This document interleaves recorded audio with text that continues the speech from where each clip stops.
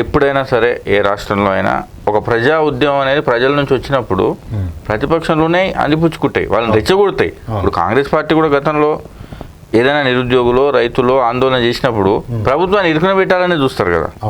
ఇప్పుడు ప్రభుత్వం చొరవ తీసుకొని నిరుద్యోగులకు నిజంగానే సమస్య ఉందా లేదా అని వాళ్ళను చర్చలకు కూడా ఆహ్వానించలేదు. మరి ఇప్పటివరకు ఆహ్వానించలేదంటున్నారు. అయితే ఒకసారి ముఖ్యమంత్రి రేవంత్ రెడ్డి ఒకసారి వాళ్ళతో మాట్లాడారు, మరి ఆ రోజు ఏం జరిగిందో అయినా కూడా ఆందోళన అయితే కొనసాగుతున్నాయి. అంటే నిరుద్యోగుల్లో భరోసా ఇచ్చే ప్రయత్నం జరిగిందా నిజంగా? డైరెక్ట్గా డిప్యూటీ సీఎం మేము వాయిదా వేయనేవేం అని ఆయన చెప్పిండు. అంటే నేను అనేది నిరుద్యోగులకు నచ్చజెప్పే దూరంలో ప్రభుత్వం వ్యవహరించకుండా మొండిగా ముందుకు వెళ్ళడం వల్ల ఇట్లాంటి సమస్యలు వస్తున్నాయా?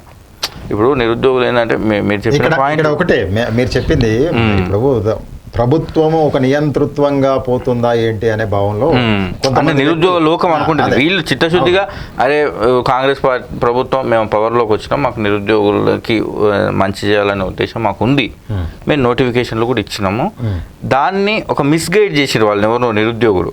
సో మిస్గైడ్ చేసినప్పుడు వాళ్ళకి ఉన్న పరిస్థితి ఇది, ఇందుకోసమే మేము ఈ నోటిఫికేషన్లు వాయిదా వేయలేకపోతున్నాం, అది మీకోసమే అని నచ్చజెప్పే విషయంలో గవర్నమెంట్ ఏమైనా ఫెయిల్ అయిందా? అంటే ఆ కోణంలో చూసుకున్నప్పుడు ప్రభుత్వం కూడా చొరవ తీసుకొని చర్చలకు పిలుచుకోవాల్సిన అవసరం ఉంటుంది. అయితే ఇక్కడ ప్రభుత్వం కానీ ప్రతిపక్షాలు కానీ చేస్తున్నాయి కూడా రాజకీయంగానే కనబడుతున్నాయి ఒకటి. రెండోది నేను చెప్పే విషయాన్ని మీరు ఇందాక అడ్డుపడ్డారు. నేను చెప్పాల్సిన విషయం ఏంటంటే ఇక్కడ తెలంగాణ రాష్ట్రంలో కాంగ్రెస్ పార్టీ ప్రభుత్వం కూల్చే కుట్రలో బీఆర్ఎస్ లేదు, బీజేపీ లేదు. కానీ ముఖ్యమంత్రి సీట్ నుండి రేవంత్ రెడ్డిని దించడానికి కావాల్సిన ప్రయత్నాలు మాత్రం కొనసాగుతూ ఉంటాయి.